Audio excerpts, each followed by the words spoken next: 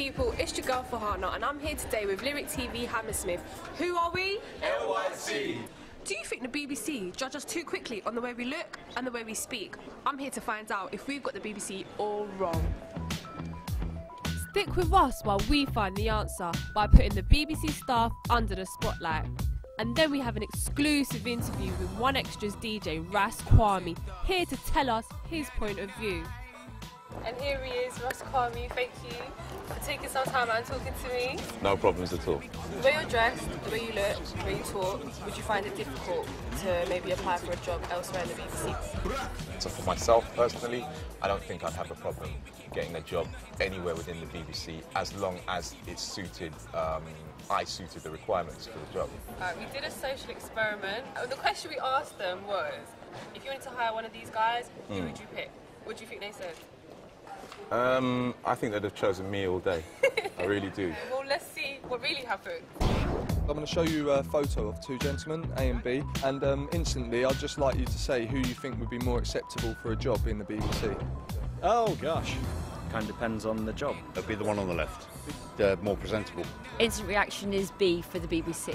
Disruptive, not disruptive. When I see A, I see an executive because of his dress. You know, I wouldn't like to judge him until I've spoken to him. Based on appearances, I couldn't tell.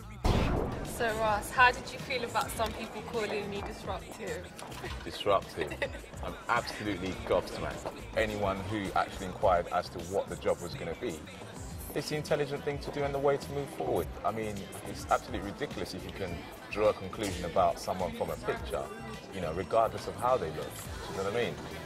We also did an experiment. We decided to wear hoodies, come through reception, and see how they treated us. So let's take a look. Yeah, boy!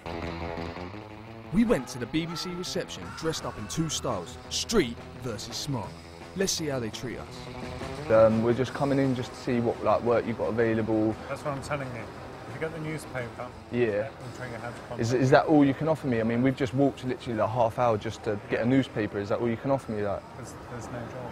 So as you can tell, we've just gone into the BBC. They've kind of been helpful. I don't know, their attitude, I'd say it was reasonable, but the way he was looking at us, he didn't really want to help us. Good afternoon. We've travelled down from Chelsea and various other places, and we're just wondering about how we would go about finding some work in the BBC. You need to go to the website, guys. Yes. Is that all you can offer us? You can take the area over there. So overall, I do believe we were judged, but then again, I do believe the second place we went into were more helpful and encouraged us to look smart, ready for the job. Back to you, Fahana. Do you think us young people are a bit misunderstood? I like to think that after they've got over your clothing or your style or your attitude or your approach to life, there will be some proper research into who you are and what you're actually about and whether you are suited for that job anyway. We also did another test to see if the BBC judged us on the way we speak. Let's have a look. We're going to call the BBC up and ask for a job. I'm just trying to find out if I can get a job in the BBC or how I go about doing that. Okay, Maxwell, you're definitely going through the right route. I mean, the only place to search and apply for jobs with the BBC is on the BBC Jobs website. Yeah, I'll go onto the website, but I can't get through anything because there's pop-ups and my computer's a bit slow, you know, and my nan and my brother's always on the computer and stuff. So I graduated from Oxford last year, and I was wondering how I would go about in finding some work down at the BBC White City.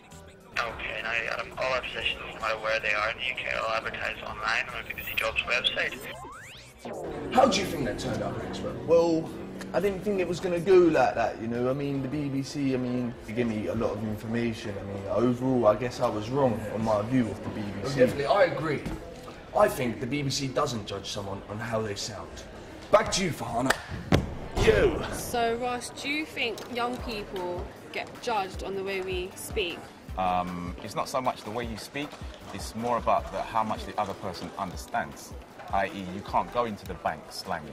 That's not going to work for you. You're not going to get money at the other end of it. So basically, I can be myself, but know when to change it up. Exactly. Be yourself, but know when to change it up. I can't say it better than that, actually. Wicked. Salute, you said that wicked. Thank you so much for your time, No Ross. worries at all. Always a pleasure. Thank you for watching People Out. Yes, I do think the BBC is for me, but I also think it's really important to be able to adapt to whatever job that you're actually applying for, because I think it could show a level of commitment as well. I think the BBC is definitely for me, because as long as you're able to work to the fullest of your ability, it'll be a great place for you to work. I mean, end of the day, I don't think it does matter what you look or sound like, as long as you've got a real passion for the job, otherwise you wouldn't be here. Judging from the test that we've just done, they don't judge you on what colour you are, what qualifications you have, how you speak, where you're from and all that, so I don't think they're prejudiced against that at all. And I think I am BBC, and if you don't hire me, I'm coming for you.